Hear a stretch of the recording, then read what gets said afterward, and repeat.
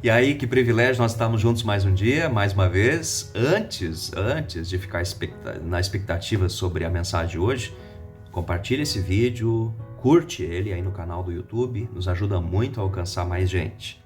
Atos capítulo 17 é o nosso texto de hoje.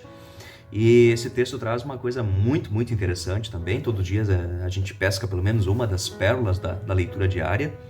É Paulo, apóstolo Paulo, o maior pregador do Novo Testamento, em Atenas, na Grécia. Imagine você, o berço da filosofia, o berço dos pensadores daquele momento. Paulo está lá para falar de Jesus e ele entra num diálogo com os pensadores da época, ouvindo perguntas, fazendo perguntas. Em algum momento ele entra na cultura ateniense e diz assim: eu vejo que vocês são muito religiosos. Vocês têm templos, vocês têm estátuas, vocês cultuam em diferentes lugares os deuses de vocês, mas ali, e aqui tem uma história bem especial que eu te convido a pesquisar sobre, ali tem um altar, não tem imagem, não tem nada assim extraordinário, tem apenas um altar, tem algumas pedras amontoadas ali e em algum lugar está escrito ao Deus desconhecido. Esse é o Deus que eu adoro e que vocês também indiretamente aqui, de alguma forma, adoram também. Pois é este Deus, cujo Filho Jesus Cristo morreu na cruz, deu sua vida por cada um de nós, é Ele o único Deus de toda a história. Diz o texto que os atenienses disseram assim: olha, sobre essa tua história, essa tua teoria, nós vamos te ouvir num outro momento. Mas o que eu queria conversar contigo hoje de manhã é que religião sempre esteve presente na vida das pessoas. Quanto mais converso com pessoas, mais vejo que elas têm uma ideia, muitas vezes diversa, sobre o que é religião. Algumas acham que são os ritos, algumas acham que são os templos, algumas acham que são as placas de igreja, algumas acham que são os costumes, algumas acham que são os dogmas, algumas acham que são, enfim, eventos. Paulo entra na cultura de Atenas e deseja dialogar sobre a sua fé.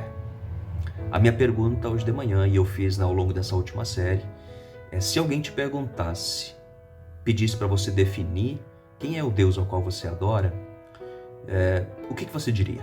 Às vezes as pessoas têm a ideia que Deus mora no templo da igreja, né? No templo onde a igreja se reúne. O Deus dos cristãos, pois é, o Deus dos cristãos, enfim. Muita gente nem gosta de entrar em detalhes porque cai naquela frase comum e simples de que Deus é tudo igual. Como assim?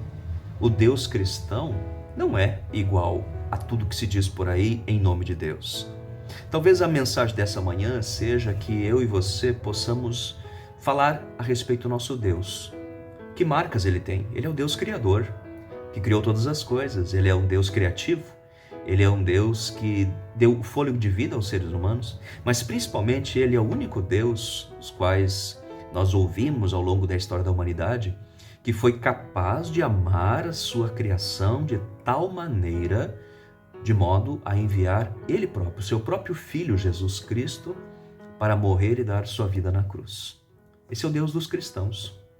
As pessoas de Atenas não quiseram ouvir muito sobre Paulo, ou o que Paulo tinha a dizer. Mas nem por isso ele deixou de dialogar com aquela cultura, que era uma cultura iludida. Os atenienses, assim como muitas culturas hoje em dia, acreditavam e acreditam em muitos deuses. Apolo, Afrodite, a deusa do amor e tantas outras.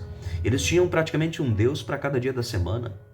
Quando Paulo chega em Atenas, ele tem um objetivo: apresentar o seu Deus, não como um concorrente, mas como um diferencial, um Deus que amou o mundo, enquanto que os deuses atenienses eram movidos pelo humor, pelos sacrifícios. Se as pessoas fizessem algum tipo de sacrifício, até mesmo algum tipo de oferta, então poderiam ou não receber bênçãos, assim acreditavam eles.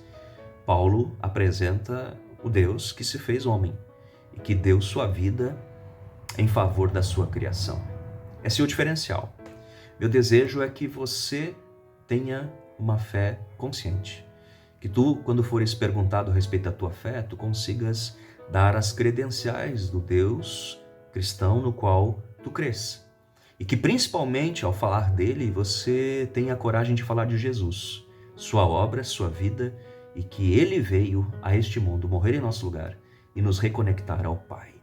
Te desejo um ótimo dia e que a paz do nosso Deus seja contigo onde quer que tu andes. Um grande e caloroso abraço.